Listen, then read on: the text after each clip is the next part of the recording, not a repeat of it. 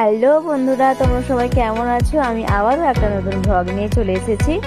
আমাদের দোকান এটা পুরনো দোকান, আর নতুন দোকান হওয়ার জন্য আজকে যেহেতু মাঘী পূর্ণিমা, সেই কারণে ভিত পুজো হচ্ছে। দাদু ছিল বাড়িতে, তাই মা দাদুকে দিয়ে একটু ভিত পুজো করে নিচ্ছে, তারপরে দোকানের কাজ শুরু হবে। আর এখানে মাই ব্রতী হয়েছিল, আর ইনি দেখুন শাঁখ বাজানোর দায়িত্ব নিয়েছে।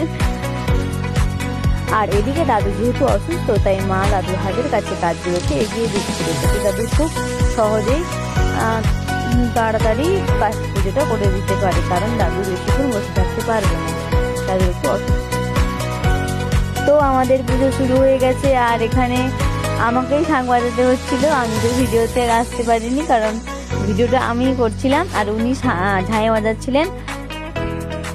আর মা যেহেতু এদিকে ব্রতী হয়েছিল, তাই মার অঞ্জলির কাজ শুরু হবে। এদিকে আর একজন খুব দেরিতে খবর পেয়েছি, তাই দেরিতেই আসছে। যাই হোক, তাড়াতাড়ি এসেছে, বসে পড়েছে পুজো দেখার জন্য।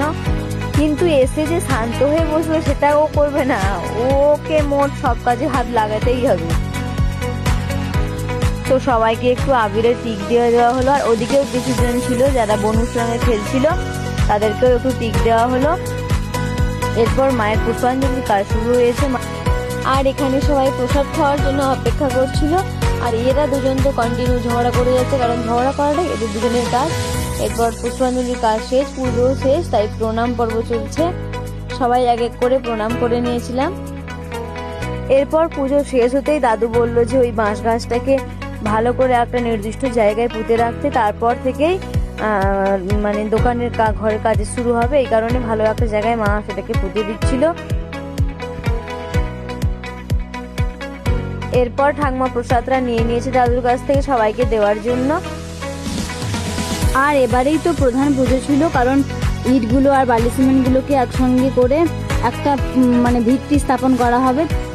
তাই বাড়িতে যেহেতু আমি, মা, ঠাম্মা আর দু বোন ছিলাম, আর বাবা ঘরে ছিল না, কারণ মাঘী পূর্ণিমা যেহেতু পুজোর জন্য বাবাকে যেতে হয়েছিল অন্যান্য বোন। এই জন্য মা আর আমরা 3 বোন মিলে মোট 4টে ইট দিয়ে সিমেন্ট দিয়ে দাদু যেমনভাবে বলে দিচ্ছিল সেভাবেই আমরা ভিত্তি স্থাপন করলাম ছোট করে। এরপর থেকেই মিস্ত্রিরা কাজ করবে।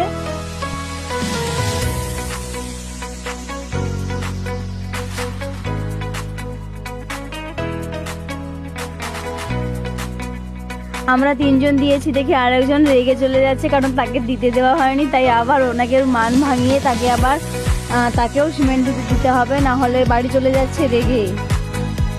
যাই হোক, আমাদের পুজো প্রায় শেষ।